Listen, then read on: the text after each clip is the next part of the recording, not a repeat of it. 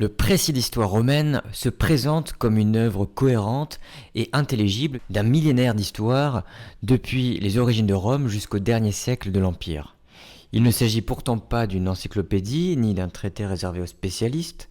Au contraire, l'objectif central est de proposer une présentation claire, structurée et accessible. L'ambition n'est donc pas de rivaliser avec des grandes monographies universitaires, mais d'offrir une porte d'entrée solide et fiable dans un domaine souvent perçu comme vaste et complexe.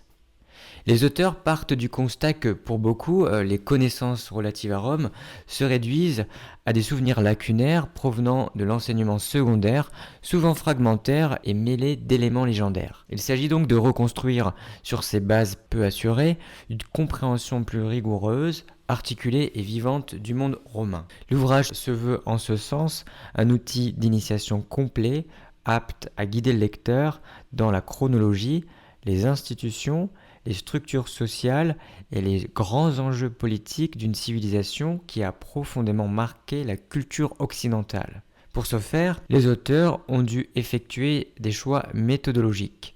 Le premier consiste à accorder une priorité explicite à l'étude des institutions et des structures sociales plutôt qu'à l'anecdote événementielle. Dans l'histoire romaine, les récits spectaculaires abondent. Batailles décisives, portraits de grands hommes, épisodes dramatiques. Mais ces épisodes, aussi fascinants soient-ils, risquent de masquer la logique de fond qui organise l'évolution de Rome. Le manuel privilégie donc la compréhension des cadres durables, constitution, organisation des pouvoirs, hiérarchie sociale, fonctionnement de l'armée, rôle du Sénat ou des magistratures. Ces structures souvent méconnues sont pourtant essentielles pour comprendre les transformations profondes qui ont conduit une petite cité du Latium à devenir le centre d'un empire méditerranéen. Le deuxième choix méthodologique est de remplacer en permanence les faits politiques dans leur contexte économique, social et culturel. Les auteurs soulignent que l'histoire romaine ne peut se réduire à l'énumération de dates et de conflits. Les luttes entre patriciens et plébéiens, l'expansion méditerranéenne ou la crise finale de la République ne prennent tout leur sens qu'à la lumière des évolutions démographiques, des rapports de dépendance, des pratiques religieuses, des échanges commerciaux ou des influences culturelles grecques et orientales. L'histoire de Rome se vit comme un système vivant, en interaction constante avec son environnement. Les origines de Rome s'inscrivent dans un cadre géographique précis, celui du Latium primitif, qui est une petite région située au centre de la péninsule italienne. Cette zone d'environ 2000 km² présente un relief varié, mêlant plaines humides, collines volcaniques et zones marécageuses proches de la côte tyrrhénienne. Les sols, souvent médiocres, offrent un rendement agricole limité, mais conviennent à l'élevage, particulièrement répandu dans l'Antiquité. Plus que les ressources naturelles, c'est la situation du Latium qui explique son importance. Au cœur de la péninsule, ouvert vers l'intérieur comme vers la mer, il forme un espace de passage entre le nord et le sud de l'Italie. Le Tibre joue dans cette configuration un rôle déterminant. Ces eaux, autrefois plus abondantes et régulières, constituent un axe de circulation privilégié, permettant les échanges entre populations de la plaine et montagnards de l'Apennin. Le fleuve sert également de frontière naturelle et de voie commerciale, notamment pour le transport du sel, denrée essentielle qui circulait le long de la Via Salaria. Mais le Tibre est surtout un point de franchissement stratégique. Rares sont les passages faciles, ce qui confère une importance particulière au lieu où un pont ou un gué peut être établi. Le site de Rome se trouve précisément à l'un de ces points névralgiques. Si la ville naissante n'offrait pas les meilleures terres agricoles, elle occupait une position défendable, dominant un passage obligé et favorisant à terme la formation d'un centre urbain capable de contrôler circulation et échanges. Les populations latines qui occupent ce territoire, dès l'âge du fer, développent une culture spécifique, la civilisation latiale. Celle-ci se caractérise notamment par les urnes-cabanes, réceptacles funéraires en forme de hutte, reproduisant l'habitat primitif. L'origine des Latins demeure débattue, mais les indices convergent vers l'idée d'un vieux fond méditerranéen sur lequel se sont greffés des apports indo-européens arrivés par vagues successives. Ce mélange explique l'originalité linguistique et culturelle du Latium. L'organisation primitive repose sur une multitude de villages autonomes, parfois rivaux, parfois unis par des liens culturels, comme la Ligue albane, réunie autour du sanctuaire de Jupiter Latiaris. Les Latins ne vivent pas isolés. Au nord, ils sont en contact direct avec les Étrusques, peuple profondément original, héritier d'une culture brillante, dont l'influence marquera durablement Rome dans les domaines religieux, artistiques et politiques. À l'est et au sud s'étendent les territoires des peuples sabéliens, à savoir les Sabins, Èques, Herniques, Volsques, montagnards rudes et guerriers, voués à devenir parmi les premiers adversaires de la puissance romaine naissante. La fondation de Rome se situe à la frontière entre mythe et histoire, et les récits antiques lui confèrent une dimension à la fois héroïque et symbolique. Selon la tradition, les origines remontent à l'arrivée d'Énée, survivant de la guerre de Troie, qui se serait installé au Latium après avoir été accueilli par le roi Latinus. De cette alliance naît Lavinium, cité fondatrice, puis Albe la Longue, où régnera la lignée issue d'Ascagne. C'est de cette dynastie albane qu'émergeront, plusieurs générations plus tard, les jumeaux Rémus et Romulus. Abandonnés sur le Tibre, sauvés par une louve et élevés par des bergers, ils fondent une cité nouvelle sur le site même de leur sauvetage. Le meurtre de Rémus par Romulus symbolise le caractère sacré des limites de la ville. Le Pomerium, sillon fondateur qu'il est interdit de franchir, représente la frontière religieuse essentielle de la future Urbs. La suite de la légende énumère une série de rois, successivement sabins, latins puis étrusques, chacun incarnant une étape culturelle de la formation de Rome. L'archéologie a permis de confronter cette tradition à des données matérielles plus solides. À partir de 1902, les fouilles menées au Forum par Giacomo Boni ont mis au jour une nécropole antérieure à la ville, révélant une occupation du site dès l'âge du fer. Le Palatin, longtemps considéré comme le lieu de la première Rome, se révèle plutôt comme un ensemble de villages distincts dont les fonds de cabanes ont pu être constitués grâce à la dépendance avec les urnes de cabanes funéraires. Ces établissements demeurent des agglomérations pastorales dispersées jusqu'à une période relativement tardive. Ce n'est qu'entre 600 et 550 avant Jésus-Christ qu'un véritable tissu urbain apparaît. Concentrés autour du forum, les nécropoles sont abandonnées, les premières constructions en dur se multiplient et l'espace se structure selon des axes nord-sud et est-ouest. Le forum devient alors le centre politique et religieux d'une communauté désormais unifiée. La mythologie comparée offre une autre clé d'interprétation. Les récits de la fondation ne sont pas des récits historiques, mais des transpositions symboliques d'une organisation indo-européenne plus ancienne, fondée sur la tripartition fonctionnelle, à savoir souveraineté, guerre et production. Les rois légendaires de Romulus à Tullus Hostilius reflèteraient ces fonctions plutôt qu'une réalité chronologique. De même, le mythe des origines troyennes, longtemps interprété comme une invention tardive, trouve un ancrage ancien dans des traditions étrusques, comme le montrent certaines représentations figurées retrouvées à Véies. Ainsi, malgré les incertitudes, l'ensemble des sources, à la fois littéraires, archéologiques et comparatives, permet de comprendre comment la Rome naissante s'est construite sur un mélange complexe de récits fondateurs, d'apports culturels et d'évolutions matérielles. L'essor de Rome au VIe siècle avant Jésus-Christ est indissociable de la présence étrusque, qui joue un rôle déterminant dans la transformation d'une agglomération de villages latins en une véritable cité organisée. Les Étrusques, peuple puissant du centre de l'Italie, cherchent alors à contrôler les voies de circulation reliant le nord et le sud de la péninsule. La conquête du Tibre répond à cet objectif stratégique, qui est de s'assurer la maîtrise d'un point de franchissement essentiel permettant de sécuriser la route vers la Campanie, région riche et convoitée. Le site de Rome, déjà occupé par la petite ligue du Septenmontium, offrait précisément cette position idéale. Les Tarquins, dynastie étrusque dont l'existence est confirmée par plusieurs témoignages figurés et inscriptions, semblent avoir établi là une domination d'un peu plus d'un siècle. Leur influence s'efface progressivement au Ve siècle, non pas tant sous l'effet d'une révolution interne romaine que du reflux général de la puissance étrusque, affaiblie par les attaques grecques et sabéliennes. L'emprise étrusque ne modifie pas entièrement les structures tribales et familiales préexistantes, mais elle les réorganise et les intègre dans un cadre politique plus cohérent. Les tribus primitives, Ramnès, Tities et Louquérès, regroupant chacune des 10 curies, demeurent les unités fondamentales d'une société encore largement fondée sur les liens de parenté. Les gentes, ces grandes familles patriarcales, structurent la vie sociale et religieuse.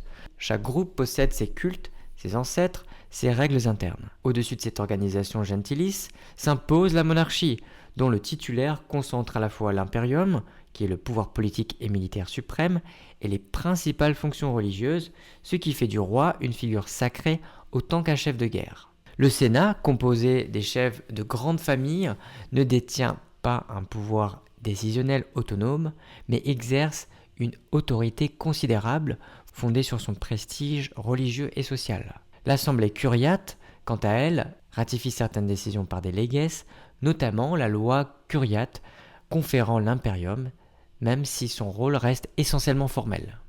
C'est dans ce cadre que s'inscrivent les réformes attribuées à Servius Tullius. Sous ce nom, probablement celui d'un chef étrusque, se cache une transformation profonde du corps civique.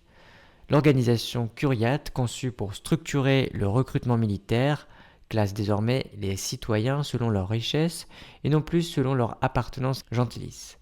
Les centuries, les centuries, unités de vote comme de mobilisation, donnent un poids politique déterminant aux plus riches, capables de financer leur propre équipement. Parallèlement, la division en quattro regiones urbaines instaure une première territorialisation de la cité. Pour la première fois, les habitants sont recensés en fonction de leur lieu de résidence et non de leur origine familiale. Les rois étrusques sont également à l'origine des premiers grands travaux urbains.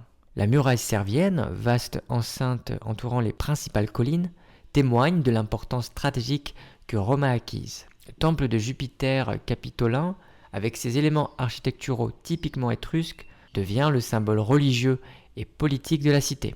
La construction de la Cloaca Maxima et l'aménagement progressif du Forum participent de la structuration de l'espace urbain. Enfin, la civilisation romaine des origines porte l'empreinte profonde de pratiques religieuses et sociales héritées ou consolidées sous l'influence étrusque. Les Romains perçoivent le monde comme habité de forces mystérieuses, les Numina, qu'il convient d'apaiser pour maintenir la Pax Deorum, condition de la prospérité collective. Les rites, souvent d'origine étrusque, sont exécutés avec un formalisme rigoureux. La société demeure fortement structurée par la famille patriarcale, où le pater familias détient l'autorité juridique et religieuse. Ainsi, sous les rois étrusques, Rome acquiert les bases institutionnelles, urbaines et culturelles qui permettront son développement futur. La naissance de la République romaine, au tournant du VIe siècle avant Jésus-Christ, ouvre une période de profonde tension sociale et politique, connue comme la lutte des ordres. Ce long affrontement entre patriciens et plébéiens façonne progressivement les institutions romaines jusqu'à établir un équilibre nouveau entre les différentes composantes du populus. Loin d'être un conflit ponctuel, il s'agit d'un processus continu étalé sur près de 2 siècles, au cours duquel les plébéiens conquièrent progressivement l'égalité juridique et politique. Au début de la République, le populus romanus se trouve scindé en 2 groupes d'inégale considération. Les patriciens constituent l'aristocratie, fondée sur l'appartenance aux anciennes gentes. Ils monopolisent les principales charges politiques, les cultes les plus prestigieux et l'autorité religieuse, essentielle dans une société où les rites sont indissociables du pouvoir politique. Face à eux, la plèbe regroupe tous les citoyens qui ne sont pas intégrés dans ces cadres gentilices, à savoir les petits propriétaires, les artisans, les commerçants et une masse de dépendants. Bien que juridiquement libres, les plébéiens sont exclus des magistratures, du Sénat et des fonctions religieuses. Cette inégalité juridique se double d'une crise sociale aiguë, à savoir endettement généralisé des pauvres, servitude pour dette, pression sociale, pression économique aggravée par les exigences de la guerre. La situation devient explosive et aboutit, vers 495 avant Jésus-Christ, à un acte fondateur, la première sécession de la plèbe. Les plébéiens se retirent sur le mont Sacré, refusant de défendre la cité, tant qu'ils ne bénéficieraient pas de garanties politiques. Cette rupture oblige les patriciens à négocier. Les plébéiens obtiennent alors la création du tribunat de la plèbe, magistrature sacrée destinée à protéger les citoyens contre les abus des magistrats patriciens. C'est la première brèche institutionnelle dans la domination aristocratique. Le conflit change de nature avec la rédaction des 12 tables vers 450 avant Jésus-Christ. Jusque-là, le droit romain était essentiellement coutumier et contrôlé par les patriciens qui pouvaient en user à leur avantage. La publication écrite du droit met fin à cette situation en rendant la loi accessible à tous les citoyens. Bien que le contenu des 12 tables demeure conservateur, l'acte lui-même est révolutionnaire. Durant le siècle qui suit, les plébéiens obtiennent progressivement un accès accru aux fonctions publiques. Certaines lois autorisent les mariages mixtes, comme la Lex Canuleia en 445 avant Jésus-Christ. D'autres ouvrent les quaestures ou les hautes magistratures aux non-patriciens. La conquête demeure lente et semée de résistance, mais l'équilibre institutionnel commence à se transformer. Un tournant décisif survient en 367 avant Jésus-Christ avec les lois liciniennes sextiennes. Celle-ci prévoit qu'un des deux consuls doit désormais être plébéien, marquant l'entrée de la plèbe dans la magistrature suprême. Cette réforme s'accompagne d'autres mesures, notamment sur l'accès au domaine public et la limitation de la propriété foncière, cherchant à réduire l'emprise économique des grandes familles. Après 367, la progression de la plèbe s'accélère, les tribuns consolident leur autorité, les plébéiens accèdent à la préture, à la censure et finalement au sacerdoce majeur, notamment le pontificat. La lutte des ordres se clôt symboliquement en 287 avant Jésus-Christ avec la Lex Hortensia qui accorde au plébiscite, à savoir ces décisions votées par l'Assemblée de la plèbe, force de loi pour l'ensemble du peuple sans ratification sénatoriale. Cette mesure consacre l'égalité politique des ordres et stabilise durablement les institutions. La République romaine, désormais instruite sur un compromis entre aristocratie et peuple, dispose des bases nécessaires pour affronter les défis de son expansion dans la péninsule italienne. Au lendemain de la stabilisation des institutions républicaines, Rome entreprend un processus d'expansion territoriale qui, en moins de 2 siècles, l'a conduit à dominer l'ensemble de la péninsule italienne. Cette conquête ne résulte pas d'un plan concerté, mais d'une série de conflits successifs dans lesquels la cité s'est tirée parti de son endurance militaire, de sa discipline civique et de son génie politique. Les premières étapes se déroulent dans le Latium, après avoir soumis les cités latines révoltées lors de la guerre latine de 340 à 338 avant Jésus-Christ. Rome intègre progressivement leur territoire en leur imposant des statuts juridiques variés. Les guerres contre les Samnites, redoutables montagnards de l'Apennin central, s'étalent sur près d'un demi-siècle, de 343 à 290 avant Jésus-Christ. Elles constituent l'épreuve décisive de la jeune République. Malgré des revers sévères, Rome parvient à briser la coalition samnite grâce à une supériorité organisationnelle et à une mobilisation inlassable de ses citoyens. La victoire de Sentinum en 295 avant Jésus-Christ, remportée contre une vaste alliance samnite, ombréienne, étrusque et gauloise, scelle la domination romaine dans l'Italie centrale. Dans un premier temps, au début du IIIe siècle, Rome affronte les cités grecques du sud, alliées au roi Pyrrhic d'Épire. Malgré les succès tactiques de Pyrrhus, les Romains résistent et sortent vainqueurs d'un conflit d'usure. Vers 270 avant Jésus-Christ, l'ensemble de l'Italie péninsulaire est soumise. Cette expansion s'accompagne d'une organisation territoriale d'une grande souplesse. Rome n'impose pas un modèle uniforme, mais adapte son contrôle aux particularités locales. Certains territoires deviennent des colonies, ce sont des fondations romaines ou romano-latines, destinées à la fois à sécuriser des positions stratégiques et à soulager la pression démographique. D'autres cités, intégrées plus directement, acquièrent le statut de municipes, dont les habitants jouissent de certains droits civiques ou du droit romain. Enfin, une large portion de la péninsule conserve un statut d'allié ou soci lié par traité. Ces cités doivent fournir des contingents militaires mais conservent leur institution interne. Ce système complexe permet à Rome de fidéliser ses partenaires tout en préservant sa prééminence. Cette réussite repose en grande partie sur l'efficacité de l'armée républicaine qui subit au IVe siècle une transformation majeure, à savoir l'adoption du manipule, unité tactique plus souple que la phalange archaïque. Cette réorganisation permet une meilleure adaptation au relief italien, souvent montagneux, et donne à l'armée une mobilité accrue. La discipline romaine est proverbiale. La cohésion de la troupe est assurée par des sanctions sévères, dont la décimation représente la forme extrême. Grâce à cette combinaison de rigueur militaire, d'adaptabilité tactique et de capacité de mobilisation, Rome impose peu à peu sa domination à tous ses voisins. Au IIIe siècle avant Jésus-Christ, Rome, désormais maîtresse de toute la péninsule italienne, connaît une transformation profonde de son économie, de sa société et de ses structures institutionnelles. Cette période marque une transition entre la République encore centrée sur les traditions rurales du Latium et la puissance méditerranéenne qu'elle deviendra au siècle suivant. Sur le plan économique, l'ouverture commerciale est l'un des phénomènes majeurs. La conquête de l'Italie multiplie les échanges, des routes mieux sécurisées, la maîtrise de ports stratégiques comme Ostie et l'intégration des régions riches en ressources, mines étrusques, céréales de Campanie, produits artisanaux du Sud, favorise l'intensification des circuits marchands. Rome, ville en pleine expansion démographique, devient un centre d'attraction économique.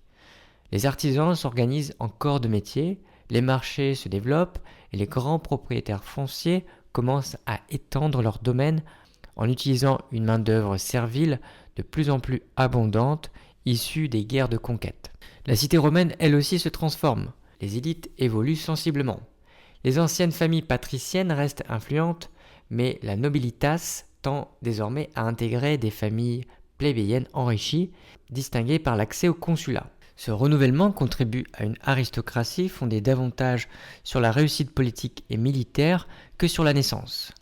Parallèlement, une nouvelle catégorie sociale, les chevaliers ou equites, acquiert un rôle économique croissant grâce aux activités commerciales, financières et contractuelles liées à l'État. Les modes de vie se diversifient. Alors que les élites adoptent des modèles culturels plus raffinés, les classes populaires composées de paysans soldats, d'artisans et de clients attachés à de grandes familles continuent de vivre selon des structures traditionnelles fondées sur le travail agricole et les solidarités locales. Sur le plan culturel, Rome reste encore relativement sobre et austère. La grande vague d'influence grecque n'a pas encore déferlé, même si certains contacts existent déjà, notamment en Campanie. Les cultes religieux demeurent fortement ancrés dans les traditions locales, fondées sur le respect scrupuleux des rites et le maintien de la Pax Deorum. Les institutions républicaines atteignent au IIIe siècle une forme de stabilité remarquable. Les magistratures annuelles jouent un rôle essentiel dans la vie politique. Les consuls dirigent l'armée et assurent le gouvernement de la cité. Les préteurs s'occupent de la justice, les questeurs et édiles gèrent les finances, les marchés et l'approvisionnement. Le Sénat, véritable cœur de la République, exerce une autorité croissante. Composé des anciens magistrats, il oriente la politique externe, contrôle les finances et garantit la continuité de l'État. Les comices, assemblées du peuple, conservent leurs compétences législatives, électorales, bien que leur fonctionnement soit largement influencé par le poids des élites.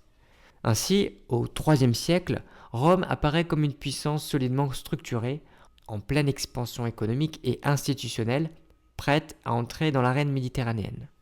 Entre 264 et 133 avant Jésus-Christ, Rome se transforme en puissance méditerranéenne et cette métamorphose doit beaucoup aux guerres qu'elle mène contre Carthage. Ces trois conflits, dont les deux premiers sont les plus décisifs, opposent deux États aux structures, aux ambitions et aux modèles politiques très différents, mais également deux conceptions de la puissance. Une thalassocratie commerciale face à une puissance terrestre en expansion. Les guerres puniques marquent un tournant dans l'histoire de Rome qui, sortie victorieuse, acquiert un empire hors d'Italie. Les origines du conflit résident dans la rivalité croissante entre Rome et Carthage pour le contrôle de la Sicile. Les Marmotins, mercenaires campaniens installés à Messine, appellent successivement à l'aide Carthage puis Rome, déclenchant ainsi une escalade. Carthage, riche cité marchande fondée par les Phéniciens, domine alors une grande partie de l'Afrique du Nord, de la Sardaigne et des principaux points stratégiques en Méditerranée occidentale. Sa puissance repose sur un commerce florissant et sur une flotte redoutable, tandis que Rome tire sa force de son armée de citoyens disciplinée et résistante. La guerre se déroule en plusieurs phases. Les premières années voient Rome tenter d'arracher la suprématie maritime à Carthage. Pour compenser son inexpérience navale, la République construit une flotte en s'inspirant de navires carthaginois capturés et invente le Corvus, passerelle d'abordage qui transforme les batailles navales en combats d'infanterie. Rome remporte ainsi de grandes victoires, mais subit aussi d'énormes pertes dues aux tempêtes. Après plus de 20 ans d'alternance entre succès terrestres et désastres maritimes, Carthage, épuisé financièrement, accepte la paix. Rome obtient la Sicile, sa première province, et y impose un lourd tribut. La paix ne se dissipe pas entre les antagonistes. Carthage est contrainte de faire face à une révolte intérieure, la guerre des mercenaires, qui l'affaiblit durablement. Rome profite de la situation pour annexer la Sardaigne et la Corse, provoquant un profond ressentiment chez les Carthaginois. Pendant que Carthage se reconstruit économiquement sous la direction d'Amilcar Barca en Espagne, Rome poursuit son expansion dans l'Adriatique et l'Italie du Nord. Cette extension territoriale accroît ses ressources et renforce son armée, mais l'entraîne aussi dans de nouveaux conflits. Dans ce contexte tendu, l'affrontement redevient inévitable lorsque les Barcides, installés en Hispanie, deviennent trop puissants aux yeux du Sénat. La deuxième guerre punique est dominée par la figure d'Hannibal Barca, l'un des plus brillants stratèges de l'histoire. Le conflit éclate à propos de Sargonte, ville sous influence romaine assiégée par Hannibal. Refusant de céder, Rome déclare la guerre. Hannibal entreprend alors une expédition extraordinaire.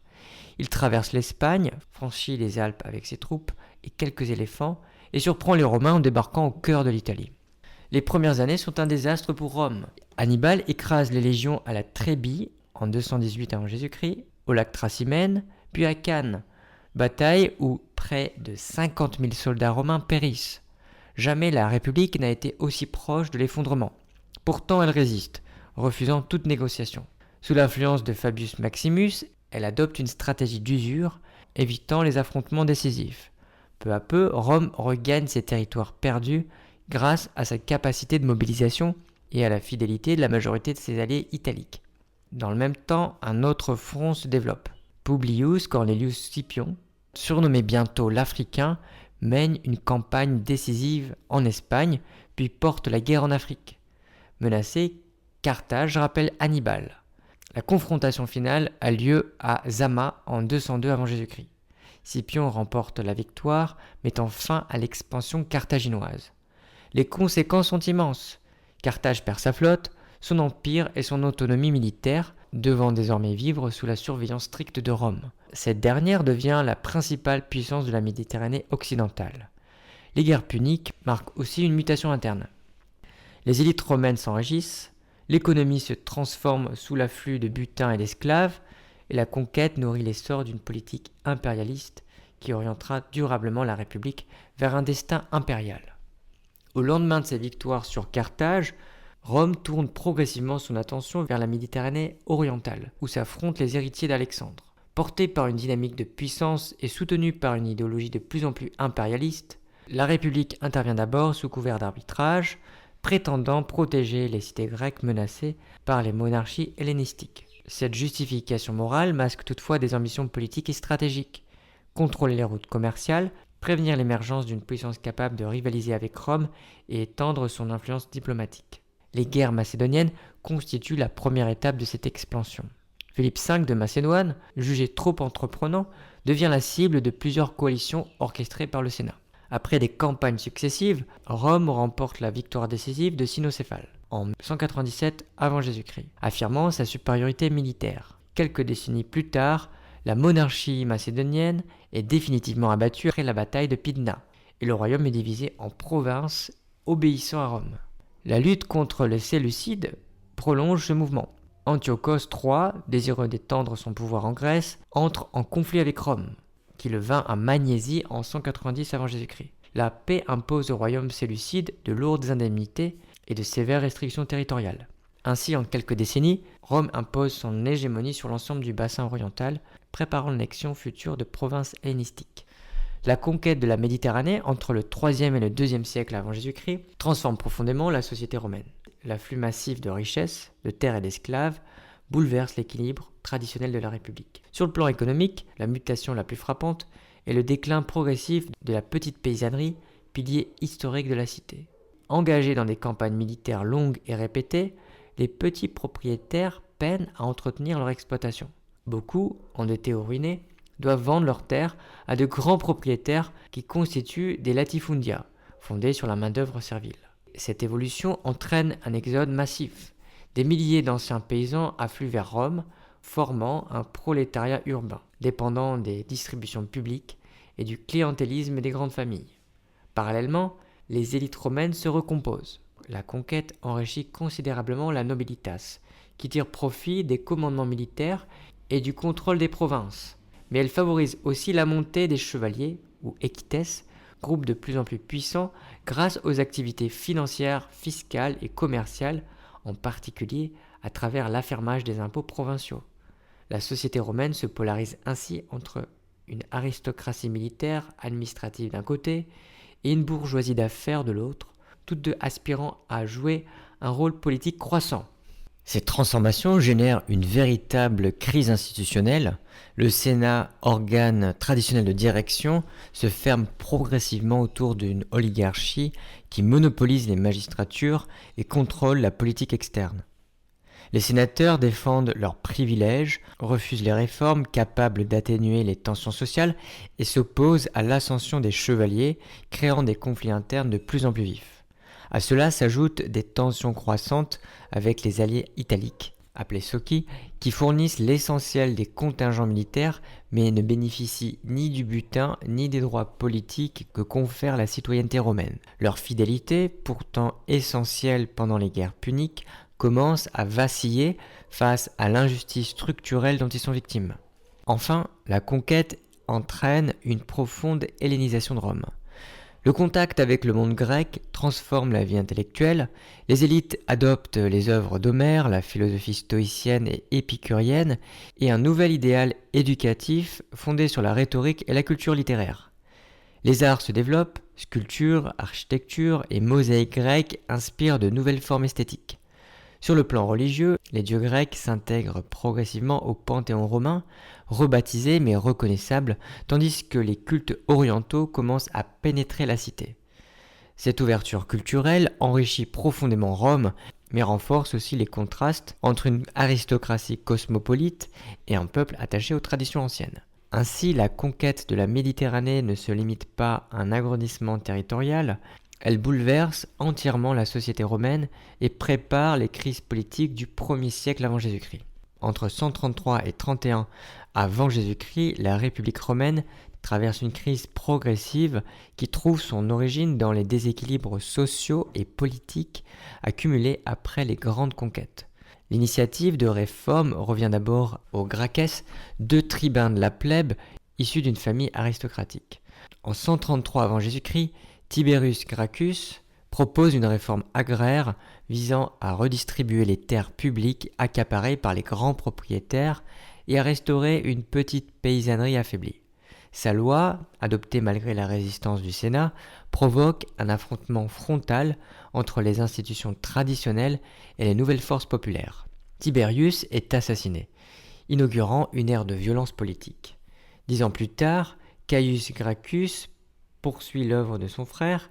En plus de renforcer la loi agraire, il propose des mesures économiques, judiciaires et provinciales, cherchant à mobiliser les chevaliers et les citoyens pauvres contre l'oligarchie sénatoriale. Sa mort marque l'échec de ses tentatives de réforme, mais la crise demeure ouverte. La fin du IIe siècle voit s'aggraver les tensions.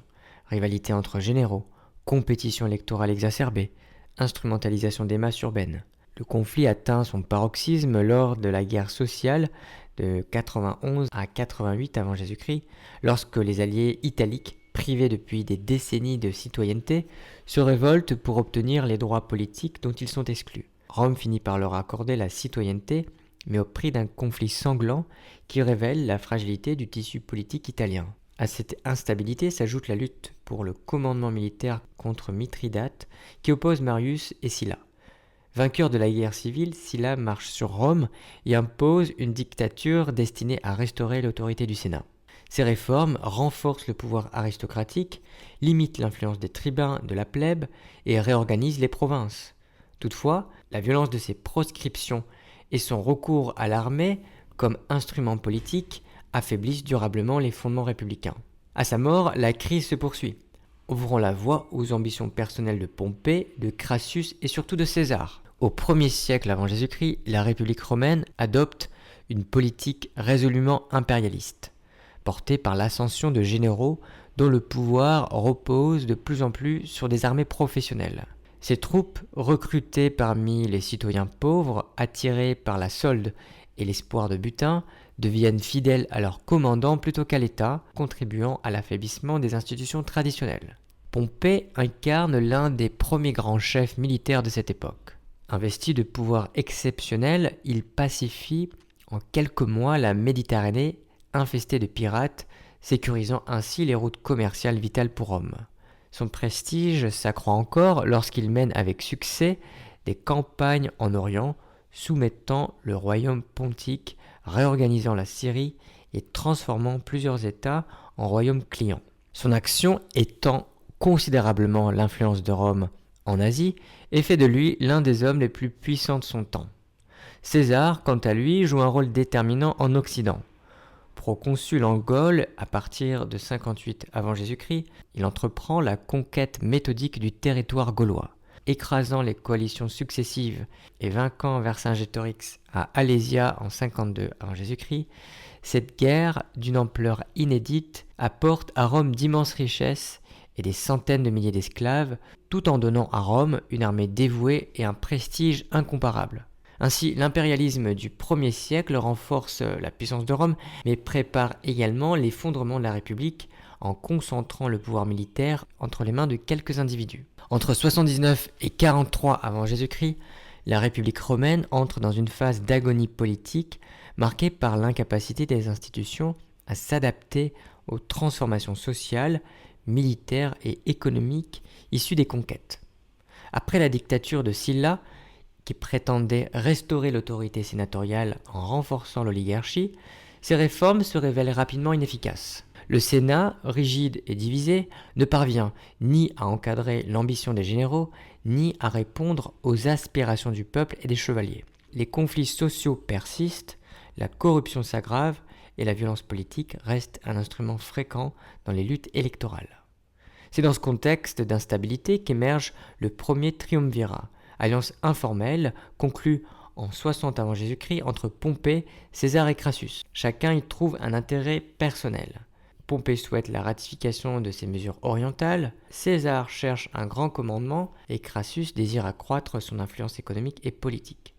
Ensemble, ils neutralisent l'opposition sénatoriale et dominent la vie politique, montrant à quel point les institutions traditionnelles ont perdu leur efficacité. Parmi eux, Pompée devient la figure centrale après la mort de Crassus en 53 et le départ de César pour la Gaule. Auréolé de succès militaire et soutenu par une partie du Sénat, il apparaît comme l'homme fort de Rome. Mais sa rivalité croissante avec César, nourrie par la jalousie et la peur de son prestige, plonge la République dans une impasse. Lorsque le Sénat exige le retour de César sans son armée, la crise éclate. En moins 43, César franchit le Rubicon, acte symbolique qui met fin à la République et ouvre la voie à la guerre civile. Au 1er siècle avant Jésus-Christ, la vie économique, sociale et culturelle de Rome connaît des transformations profondes qui accentuent les déséquilibres déjà perceptibles depuis les conquêtes. Sur le plan économique, l'afflux massif de butin, d'esclaves et de tribus provinciaux enrichit considérablement les grandes familles sénatoriales et les chevaliers. Les latifundia, vaste domaine fondé sur une main-d'œuvre servile abondante, se multiplient au détriment de la petite propriété rurale. Les activités financières, confiées aux publicains, se développent tandis que le commerce méditerranéen, désormais sécurisé par la puissance romaine, stimule l'enrichissement des élites urbanisées. Cette prospérité engendre un accroissement spectaculaire du luxe qui devient la marque distinctive des classes dirigeantes. Les demeures s'ornent de marbre, de mosaïques, de sculptures grecques. Les banquets, de plus en plus somptueux, témoignent d'une compétition sociale exacerbée. Mais ce faste contraste fortement avec la situation des masses urbaines composées de citoyens pauvres, d'affranchis et d'étrangers. Les inégalités se creusent, la plèbe dépend désormais des distributions publiques de blé et du patronage des grands, accentuant les tensions sociales et le clientélisme politique. Sur le plan culturel, Rome se trouve à la veille d'un âge d'or. La période est souvent qualifiée de préclassique. Les influences grecques, déjà bien présentes, s'intensifient. La rhétorique devient l'outil privilégié des ambitieux, l'éducation se grécise, la philosophie stoïcienne et épicurienne gagne les élites. Les premiers grands auteurs latins, Cicéron, Lucrèce, Catulle, traduisent cette effervescence intellectuelle mêlant héritage grec et tradition romaine. Cette vitalité culturelle accompagne une société en mutation profonde sur le point de basculer vers un nouvel ordre politique. La dernière phase de la crise républicaine s'incarne dans la figure de Jules César, dont la rivalité avec Pompée aboutit à la guerre civile de 49 à 45 avant Jésus-Christ. Après avoir franchi le Rubicon et vaincu son adversaire à Pharsale, César élimine progressivement toute opposition politique. Devenu dictateur, il entreprend une vaste réorganisation de l'État afin de répondre aux désordres accumulés depuis un siècle. Il réforme le calendrier, réorganise le Sénat, accélère l'octroi de la citoyenneté aux provinces fidèles et restructure les finances municipales et provinciales.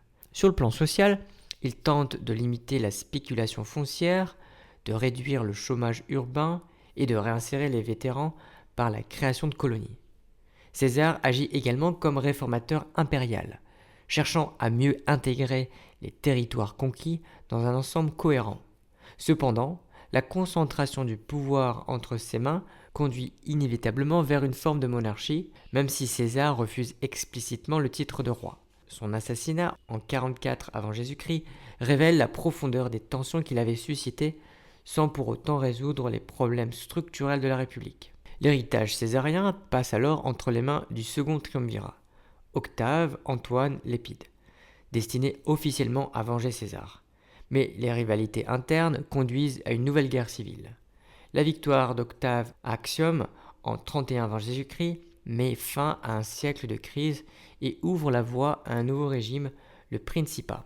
Les bases institutionnelles du Principat reposent sur un équilibre subtil entre continuité républicaine et réalité monarchique. En 27 avant Jésus-Christ, il remet symboliquement ses pouvoirs au Sénat qui lui confère en retour une série de prérogatives. L'impérium proconsulaire sur les provinces les plus militarisées et l'autorité tribunicienne à vie lui permettant de proposer des lois et de protéger le peuple. Ses pouvoirs, reconduits et élargis au fil du temps, font de lui le véritable chef de l'État sans abolir formellement la République. La réorganisation de l'État est l'une des œuvres majeures d'Auguste. Il restructure le Sénat en réduisant son effectif et en imposant des critères stricts pour y siéger. Les magistratures traditionnelles sont maintenues, mais leurs compétences sont progressivement encadrées par l'autorité du prince. L'administration provinciale est rationalisée, les provinces sont réparties entre celles confiées au prince et celles gérées par le Sénat, assurant une meilleure gestion fiscale et un contrôle plus étroit des gouverneurs. Auguste réforme également les finances, crée une imposition impériale et développe un réseau administratif plus cohérent. L'armée augustéenne constitue un pilier essentiel du nouveau régime. Auguste réduit les effectifs, professionnalise les légions et instaure un service long financé par le trésor militaire, Aerarium Militare. Les légionnaires sont cantonnés aux frontières, assurant la stabilité interne, tandis que la garde prétorienne veille à la sécurité du prince à Rome. En plaçant l'armée sous son autorité personnelle, Auguste garantit la loyauté des troupes et prévient toute tentative de coup d'État. L'ensemble de ces réformes fonde un régime durable, assurant à Rome 2 siècles de stabilité. Le premier siècle après Jésus-Christ constitue une phase de consolidation du principat instauré par Auguste. Les Julio-Claudiens d'Auguste à Néron, les Flaviens, Vespasien, Titus, Domitien maintiennent dans l'ensemble les structures du nouveau régime tout en renforçant progressivement le caractère monarchique du pouvoir impérial. Sous Tibère puis Caligula, la distance entre l'idéologie républicaine affichée et la réalité autocratique s'accentue. Claude étend le rôle de l'administration impériale et poursuit l'intégration des provinces, tandis que Néron, malgré une fin de règne chaotique, donne une impulsion notable aux arts et à la vie culturelle. Après sa chute, Les Flaviens restaurent la stabilité. Vespasien rétablit les finances. Titus assure l'ordre malgré les catastrophes naturelles et Domitien pousse plus loin la centralisation du pouvoir impérial. Le renforcement monarchique se manifeste par la concentration accrue des pouvoirs entre les mains du prince. Le Sénat conserve son prestige, mais perd une grande partie de son rôle politique effectif. L'empereur devient le véritable arbitre de la vie institutionnelle, contrôlant les nominations, les finances et l'armée. Cette évolution ne suscite pas de résistance majeure tant qu'elle assure la paix et la prospérité. Parallèlement, les Flaviens développent une administration plus structurée, appuyée sur des affranchis et des chevaliers, qui forment un appareil exécutif efficace. Les provinces sont surveillées avec plus de rigueur, l'empereur impose une gestion régulière, limite les abus et encourage l'urbanisation. La défense des frontières devient un enjeu majeur de la politique impériale. Les légions, cantonnées sur les limes germaniques, danubiens et orientales, assurent la sécurité de l'Empire. Les Flaviens organisent durablement les frontières du Rhin et du Danube, tandis que les campagnes en Bretagne et en Orient renforcent la domination romaine. Grâce à cette stabilité militaire et administrative, le 1er siècle constitue un âge d'équilibre et de consolidation pour l'Empire. L'époque des Antonins de 96 à 192 après Jésus-Christ est fréquemment considérée comme l'âge d'or du Principat, marqué par une stabilité politique remarquable, une prospérité économique durable et un rayonnement culturel exceptionnel. L'un des fondements essentiels de cette période est le principe de la succession adoptive. Plutôt que d'imposer un héritier biologique, les empereurs choisissent et adoptent le successeur le plus apte à gouverner. Nerva adopte Trajan, qui adopte à son tour Hadrien. Ce dernier désigne Antonin le Pieux, lequel adopte Marcus Aurelius et Lucius Verus. Ce système, fondé sur le mérite plus que sur la filiation, assure une transition harmonieuse du pouvoir et limite les luttes internes. Sous les Antonins, le Principat atteint son apogée. L'équilibre établi par Auguste entre l'autorité impériale et les réformes républicaines est maintenu avec habileté. Le Sénat conserve son prestige, même si l'empereur demeure la véritable source de décision. Les finances sont bien gérées, les impôts modérés, et les provinces bénéficient d'une politique attentive favorisant la paix sociale. Les villes prospèrent et l'urbanisation s'intensifie dans tout l'Empire. L'administration, appuyée sur des fonctionnaires équestres compétents, gagne en cohérence et en efficacité. Sous Antonin le Pieux, Rome connaît une période de calme presque inégalée, tandis que le règne de Marc Aurèle est marqué par un sens aigu du devoir et de la responsabilité impériale, même en temps de crise. La politique extérieure est globalement défensive, mais active. Trajan mène malgré tout d'ambitieuses campagnes, conquête de la Dacie, intervention en Arabie et en Arménie, brève expansion en Mésopotamie. Hadrien, en revanche, renonce à plusieurs conquêtes et préfère fortifier les frontières, construisant notamment le mur d'Hadrien en Bretagne, l'actuelle Grande-Bretagne. Sous Marc Aurèle, les guerres marcomanniques montrent les premières pressions germaniques sur les limes. Malgré ces tensions, le IIe siècle demeure l'un des moments les plus équilibrés de l'histoire impériale. La civilisation du Haut Empire, entre le 1er et le IIe siècle après Jésus-Christ, se caractérise par une remarquable diversité régionale intégrée dans une politique solide. Rome et l'Italie demeurent le centre symbolique et administratif de l'Empire. Rome concentre la richesse, les monuments, le pouvoir et les élites, tandis que l'Italie bénéficie d'un statut privilégié, exempté de certains impôts et doté de réseaux urbains particulièrement développés. Cependant, les provinces latines de l'Occident et les provinces grecques de l'Orient jouent également un rôle essentiel. L'Occident se romanise progressivement grâce à la diffusion du droit latin, de l'urbanisation et des élites municipales, tandis que l'Orient grec conserve une culture ancienne et prestigieuse qui influence profondément l'élite romaine. L'économie du Haut-Empire repose sur un équilibre entre agriculture, commerce et travaux publics. L'agriculture demeure la principale source de richesse.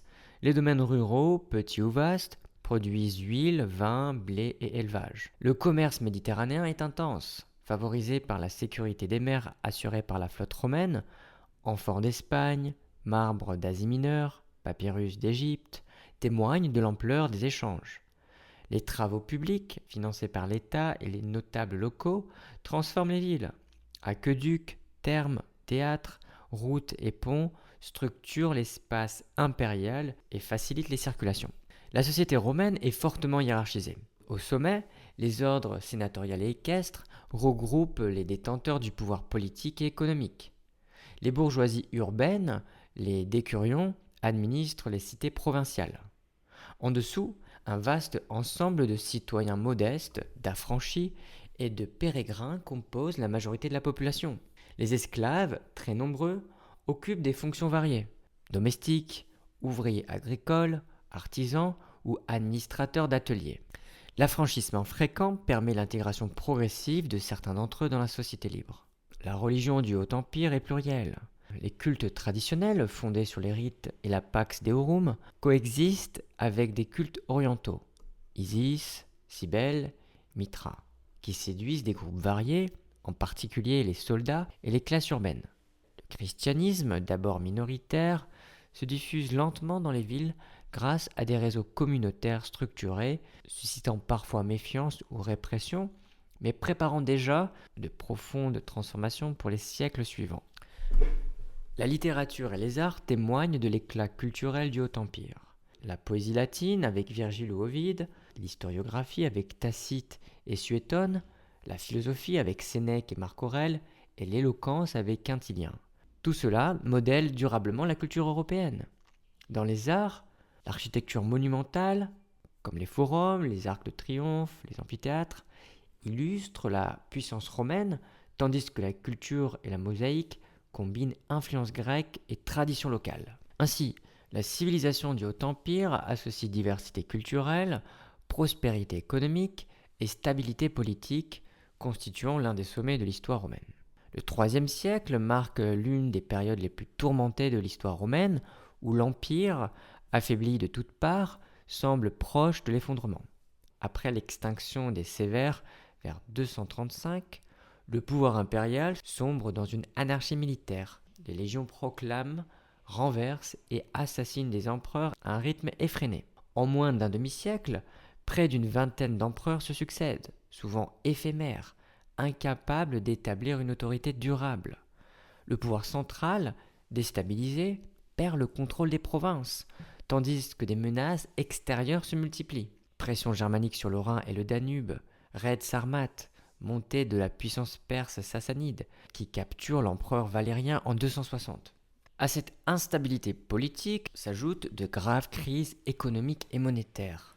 L'Empire connaît une inflation galopante due à la dévaluation du denier, tandis que les conduites de guerre permanentes épuisent le trésor public. Les campagnes souffrent des pillages, les communications deviennent dangereuses et les échanges commerciaux se désorganisent. Sur le plan social, l'insécurité favorise le repli local, tandis que les villes déclinent et que les populations cherchent protection auprès de grands propriétaires ou des garnisons militaires.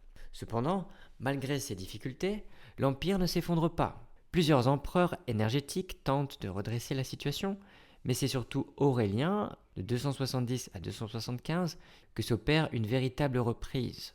Aurélien reconquiert les territoires sécessionnistes, l'Empire gaulois à l'ouest et le royaume de Palmyre à l'est. Il restaure l'autorité impériale, renforce les fortifications, notamment les murailles d'Aurélien à Rome, et entreprend une réforme monétaire pour stabiliser la situation économique. Ainsi, malgré la violence de la crise du IIIe siècle, l'Empire fait preuve d'une résilience remarquable, jetant les bases des grandes réformes du Bas-Empire. Face aux crises du IIIe siècle, Dioclétien entreprend une réorganisation profonde de l'Empire afin de restaurer l'autorité centrale et d'assurer une gestion plus efficace des frontières. Il instaure la tétrarchie, système inédit qui divise le pouvoir entre 2 Augustes et 2 Césars. Cette collégialité vise à garantir la stabilité politique, à répondre plus rapidement aux menaces militaires et à prévenir les usurpations. Chaque souverain administre une partie de l'empire tout en maintenant l'unité institutionnelle.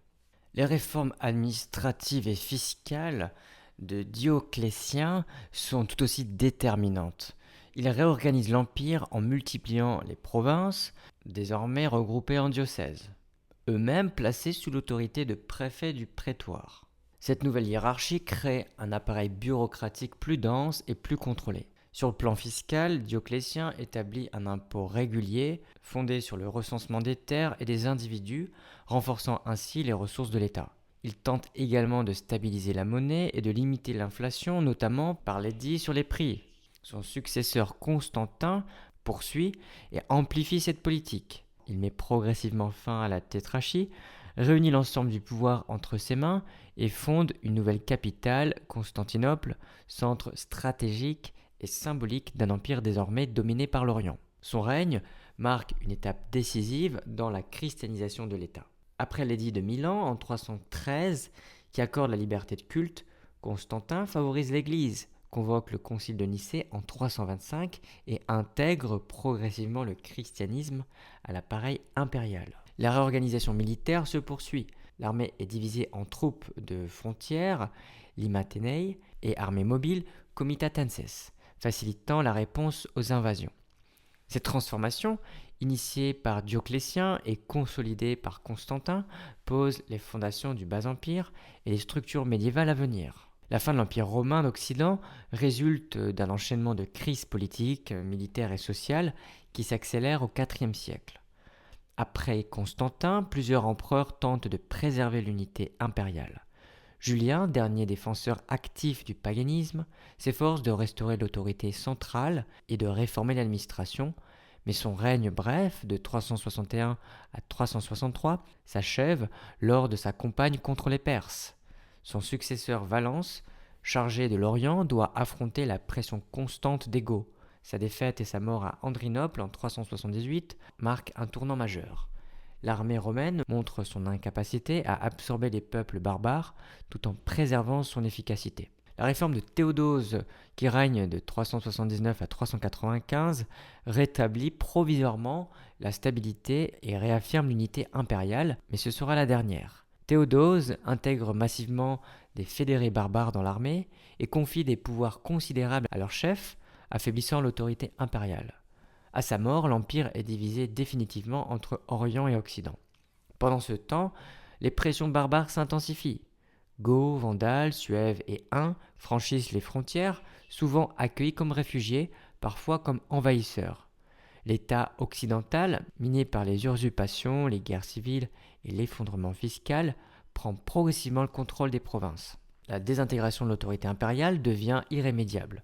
Après une succession de souverains faibles, le dernier empereur d'Occident, Romulus Augustule, est déposé en 476. Cette date symbolise la fin de l'Empire romain d'Occident, absorbé par les nouveaux royaumes barbares qui en héritent. La civilisation du Bas-Empire, du IIIe au Ve siècle, se distingue profondément de celle du Haut-Empire. Face aux crises politiques, militaires et économiques, l'État romain adopte progressivement une économie dirigée, marquée par une intervention croissante du pouvoir central. Les réformes de Dioclétien puis de Constantin instaurent un contrôle strict des prix de la production et des métiers. Les catégories socio-professionnelles deviennent héréditaires. Les colons restent attachés à la terre, les artisans à leurs corporations, les curiales à leurs charges municipales. Ces systèmes visent à assurer une fiscalité stable et un approvisionnement régulier de l'armée et des villes au prix d'une rigidité économique accrue. Les échanges à longue distance diminuent, tandis qu'un repli local s'annonce autour des grands domaines des régions protégées. Ces bouleversements entraînent une transformation des élites. L'ancienne aristocratie sénatoriale perd une grande partie de son rôle politique, remplacée par une noblesse nouvelle, proche de la cour impériale et intégrée à la bureaucratie. Les hauts fonctionnaires issus des milieux militaires ou administratifs deviennent les véritables piliers de l'État. Dans l'Orient impérial, cette aristocratie s'allie étroitement aux structures urbaines, tandis que, en Occident, la fusion progressive entre l'élite romaine et les chefs barbares redéfinit les rapports de pouvoir. Parallèlement, la montée du rôle de l'Église constitue l'une des transformations les plus profondes du Bas Empire. Reconnu puis favorisé par Constantin, le christianisme devient religion d'État sous Théodose. Les évêques acquièrent une influence croissante, ils administrent les cités, arbitrent les conflits, organisent la charité et deviennent des acteurs politiques de premier plan. L'Église forme progressivement une nouvelle hiérarchie unificatrice, compensant l'affaiblissement du pouvoir civil, surtout en Occident. L'évolution des lettres et des arts reflète ces transformations. La culture classique subsiste mais se christianise. Les pères de l'Église, Ambroise, Augustin, Jérôme, renouvellent la pensée philosophique et la rhétorique. Dans les arts, l'esthétique se transforme. L'accent se déplace du naturalisme vers la symbolique, annonçant les formes médiévales. Les mosaïques et les basiliques illustrent cette transition, tandis qu'en Orient se développe un art impérial, somptueux et hiératique, futur berceau de l'art byzantin. Ainsi, le Bas Empire apparaît comme une époque de recomposition profonde où traditions romaines et structures nouvelles s'entrelacent pour former les bases du Moyen Âge.